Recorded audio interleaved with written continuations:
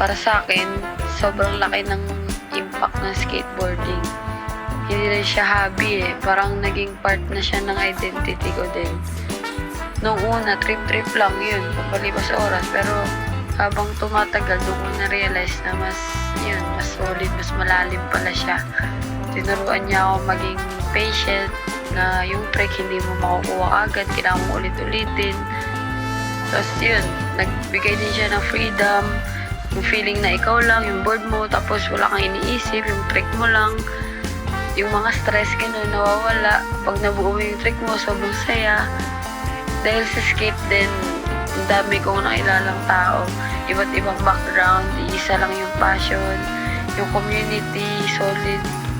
Hanggang ngayon, di pa rin nawawala yung excitement. Lagi po nag-i-skate, lalo na pag kasama yung mga gusto mo rin ka-skate. Kahit ride lang, papawis. Yun, skateboarding para sa akin.